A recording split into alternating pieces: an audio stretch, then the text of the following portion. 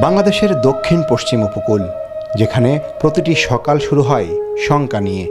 ঘূর্ণিঝড়, জলোচ্ছ্বাস, নদী ভাঙন আর লবণাক্ততা এই জনপদের মানুষের নিত্যসঙ্গী। বছরের পর বছর ধরে এখানে ফসল হারিয়েছে উর্বরতা, পুকুরের পানি হয়েছে নোনা, নষ্ট হয়েছে খাবার পানির উৎস। এই প্রেক্ষাপটেই আশার আলো হয়ে এসেছে blue economy and inclusive development for climate justice, সংক্ষেপে BIT4CJ। প্রকল্পটি বাস্তবায়ন করছে উন্নয়ন সংস্থা ব্রেকিং দ্য সাইলেন্স ও অক্সফ্যাম ইন বাংলাদেশ। তাদের লক্ষ্য একটাই, জলবায়ু পরিবর্তনের শিকার এসব দুর্বল জনগোষ্ঠীর জীবনে টেকসই পরিবর্তন আনা। BIT4CJ প্রকল্পের আওতায় উপকূলীয় এলাকা, সাতক্ষীরার আশাশুনি, শ্যামনগর ও খুলনার কয়রা উপজেলার জলবায়ু ঝুঁকিপূর্ণ এলাকাগুলোতে বাস্তবায়িত হচ্ছে নানা কার্যক্রম। খনন করা হয়েছে বহু পুকুর, বাধাই ও সংস্কার করা হয়েছে পুকুর পাড়, স্থাপন করা হয়েছে বড় আকারের রেইন ওয়াটার হারভেস্টিং ট্যাঙ্ক, আধুনিক ফিল্টার প্লান্টের মাধ্যমেও সরবরাহ করা হচ্ছে বিশুদ্ধ খাবার পানি।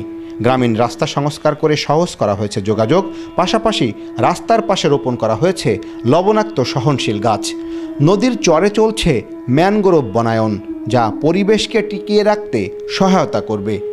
এই প্রকল্প শুধু অবকাঠামো নয়, মানুষের জীবনে এনেছে বাস্তব পরিবর্তন। এখন ঘরের কাছেই পুকুর, ট্যাঙ্ক, ফিল্টার থেকে পানি পাচ্ছেন তারা। গ্রামের সমস্যা ছিল মূলত পুকুর ডানে, তো বেশি মারাত্মক সমস্যার মধ্যে ছিলাম। পুকুরটা খনন হয়েছে, বাঁধটা ও পাইলিংটা দেওয়া হয়েছে, মানে লবণ পানি আছে পাই আমাদের এর ভিতরে আসে না।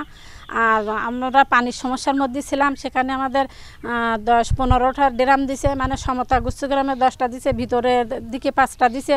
তাদের চাল বা ভিত সহ সেই ড্রামগুলো দিছে, তাতেও যে দরিদ্র পরিবারগুলো তারা অনেক সুবিধা পাইছে, কারণ পানি আমাদের কিনে খাতে হয়, তাতে সময়ও যায়।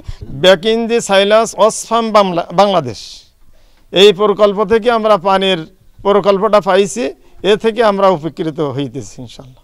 কতগুলো পরিবার? 600 থেকে 650 মতো পরিবার উপকৃত হইতেছে। এলাকাবাসী খেয়েই মানে অনেক সন্তুষ্ট। এখন আগের চেয়ে অনেক ভালো। আগে আমাদের এলাকায় খুব পানির কষ্ট ছিল, চারিপাশে লবণাক্ত পানি, আমাদের খুব দূরে যেতে হতো পানি আনতে, অথবা পুকুরের পানি খেয়ে আমাদের খুব অসুবিধা হতো।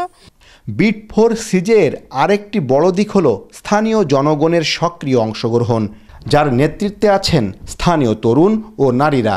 তারা এখন নিজের এলাকায় পানি, গাছপালা, পরিবেশ রক্ষায় সচেতন ভূমিকা নিচ্ছেন। আমাদের এখানে ব্রেকিং দ্য সাইলেন্স জেন্ডার বিষয় নিয়ে বিভিন্ন মিটিং মিছিল করেছেন। আমাদের এই মুন্ডা সম্প্রদায় এখানে 47টা পরিবার আছে। সেই পরিবারদেরকে নিয়ে নারী পুরুষ উভয় স্বামী স্ত্রী দুজনকে আমাদের এখানে মাল্টিপারপাস একটা সেন্টার আছে, সেখানে বসে ওনাদের ট্রেনিং মিটিং করানো হয়। 300 মিটার রাস্তায় আমাদের 300-র বেশিও চারা দিয়েছে, সেই চারাগুলো আমরা এখানে লাগিয়েছি।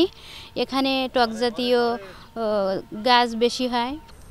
এইখানে 3 প্রজাতির গাছ আপাতত দেখতেছেন আমরা, 3-4 প্রজাতির কেওড়া আছে, বাইন আছে, খলিশা আছে, এরকম ধরনের আছে, গোলপাতা আছে। এগুলো দিয়ে মূলত আমরা বনায়ন করতেছি। উপকূলীয় জনপদ শুধু একটি এলাকা নয়, এটি বাংলাদেশের পরিবেশ, কৃষি ও জীববৈচিত্র্যের প্রাণ। এই জনপদের মানুষ বাঁচলে দেশ বাঁচবে।